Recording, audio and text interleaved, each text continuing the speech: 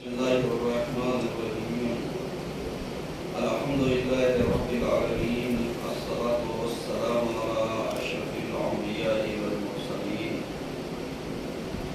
أما بعد فقد قال الصادق عليه السلام السجود على تربة الحسين هي الركوع والركوع سبع مرات.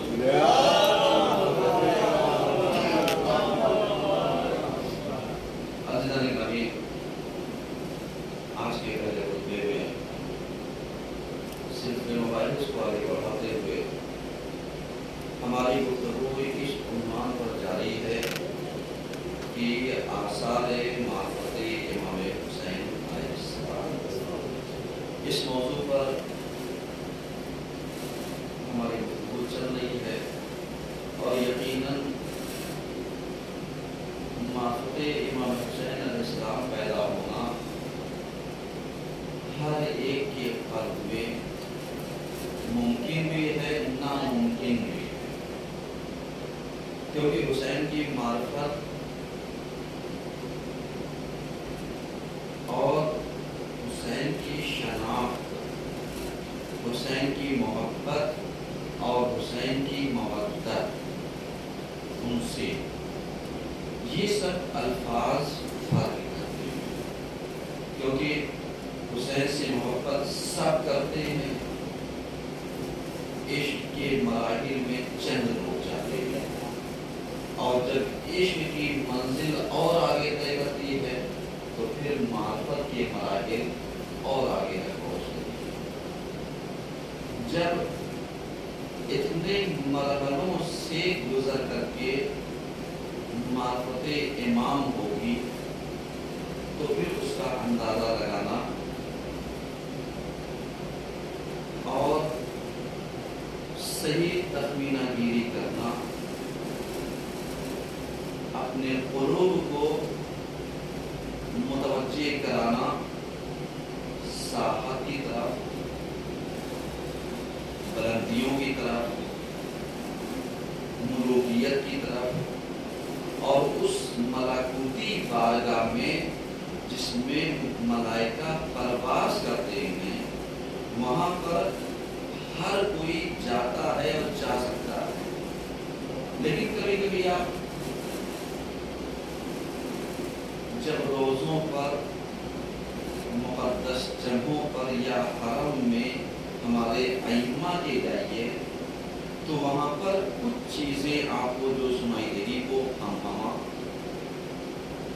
یعنی جسے کہتے ہیں گنگنانے جیسی آواز لگے گی آپ کو، کچھ ایسے لگے گی جیسے گریو بھوکا کی آواز آپ کے کانوں سے ٹکرائے گی، اور کچھ ایسے ہوں گے جو اپنی باتیں کرنے میں بھی مست ہوں گے، اور کچھ ایسے ہوں گے کہ جو نمازوں میں، کچھ دعاؤں میں، کچھ بیٹھے ہوں گے، کچھ معرفت کے ساتھ، حسرت بھری نگاہ کے ساتھ امام کے روضے کو دیکھ رہے ہوں گے، اور وہ یہی سوچ رہے ہوگا مجھے یقین نہیں ہو رہا ہے کہ اس گنہگار کو آپ نے اپنی بارگاہ میں بلا لیا. میں نے الفاظ سے احساسات کو پہنچانے کی کوشش کی ہے اور کر رہے ہیں. یہی چیز جب ایک نوجوان سے پوچھیے، کبھی کبھی آپ دیکھیے جب ہمارے یہاں محرم عزا، ایام عزا، یہ جو اوائل ہوتے ہیں محرم کے شروع کے 10 دن امام کے، یہ ہنگامی ہوتے ہیں اور اس کی کیفیت اور جوش الگ ہوتا ہے، اس کی معرفت الگ ہوتی ہے اور اس کی توانائی اور طاقت الگ ہوتی ہے. بالکل ویسے جیسے ایک چھوٹا سا بچہ، میں مثال اس لیے دے رہا ہوں تاکہ معرفت کے مراحل تک آپ کو لے کر کے چلیں. ایک چھوٹا سا بچہ اگر ہمارے یہاں آنکھ کا ماتم ہو، ہمارے یہاں ہما و زنجیر کا ماتم ہو، ہمارے یہاں انجمن لگنے والی ہو، تو اس بچے کا جوش اور ولولہ دیکھنے والا ہوتا ہے کہ وہ اپنے کما کرنے کے لیے چھری کو بھی سیدہ کرے گا، اس کو بھی تیز کرے گا،